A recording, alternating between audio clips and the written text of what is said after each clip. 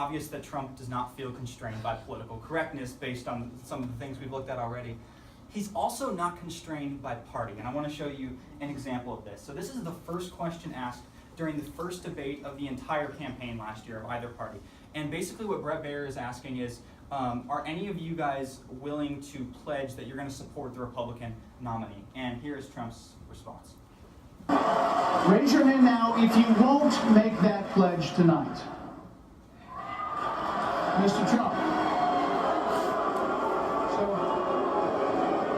Mr. Trump, to be clear, you're standing on a Republican primary. I fully understand. The place where the RNC will give the nominee the nod. I fully understand. Okay. Yeah, I'm freezing it on the best pictures today. So, yes, the point is this: Trump isn't just constrained. He's not constrained by political correctness. He's not constrained by almost anything else, especially party. That's the first one. The second part of macho ethos is an appropriate rhetorical situation, and this is where I'm going to draw some controversy here. Okay, so I think that there are some feminists in the room, just from my experience in the past. So bear with me for just a second. Okay, so what I'm going to say here is not what I'm necessarily endorsing, but a lot of people view masculinity as having been eroded in recent years, and I want to give you some examples. So this guy named Stephen Watts, he's a conservative, and he writes for the National Review, which is a very conservative magazine. And he gives 3 examples of how masculinity has been eroded in recent years. So the first one is about college campuses. And he says that in college campuses, it's become part of the curriculum to criticize toxic masculinity. And he describes I'm quoting here, a blizzard of snowflakes which have blanketed campuses. And he says that what we see are young men that get stressed out and they feel triggered and they go to safe spaces and then play with Play-Doh before their finals and stuff. And what this guy is saying is that is emasculating. The second thing he talks about is the transgender issues that have come up. And a lot of people have felt that transgender issues have challenged notions of masculinity. The third thing he talks about is that in sitcoms, and I'm not sure if this is entirely true, but from what he sees, if there's ever a couple in a sitcom, what you see is the woman is attractive and she's intelligent, and the man is just some dumb chump who's lucky to have her. That's what Stephen Watts is saying. Okay. Now you guys might say, Brian, this is conservative. This guy's conservative. He's only representing a certain aspect of the population. Thing is, that's not exactly true, and I want to show you why.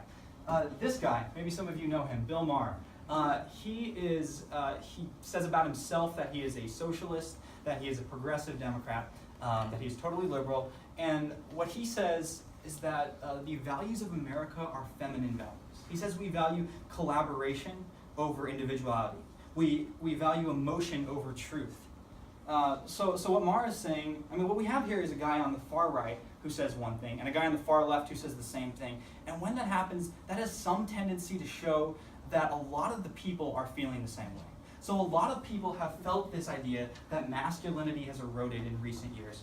And therefore, this gives way to Trump, and it allows Trump to have a macho ethos because there's an appropriate rhetorical situation. So there's a couple more aspects of masculinity. I'm not going to talk about them now, but if you have questions, I can address that as well.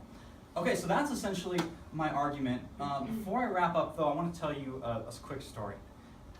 So, I'm stealing this from Shakespeare. So in Julius Caesar, Shakespeare talks about this guy named Brutus, right?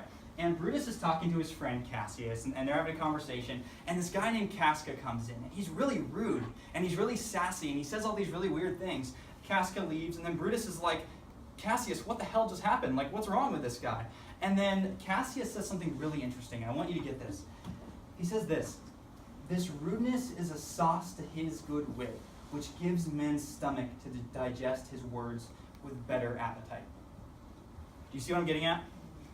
You see, it's Donald Trump's rudeness that gives people the ability to digest some of the more controversial stuff he says. It's his crude rhetoric that gets people to accept his claims. You know, when we have these weird tweets that I read earlier, when we hear statements like, young, beautiful piece of ass, Macy's stores suck, Hillary Clinton can't satisfy her husband. It's not despite those that Trump won. It's because of those statements that Trump won.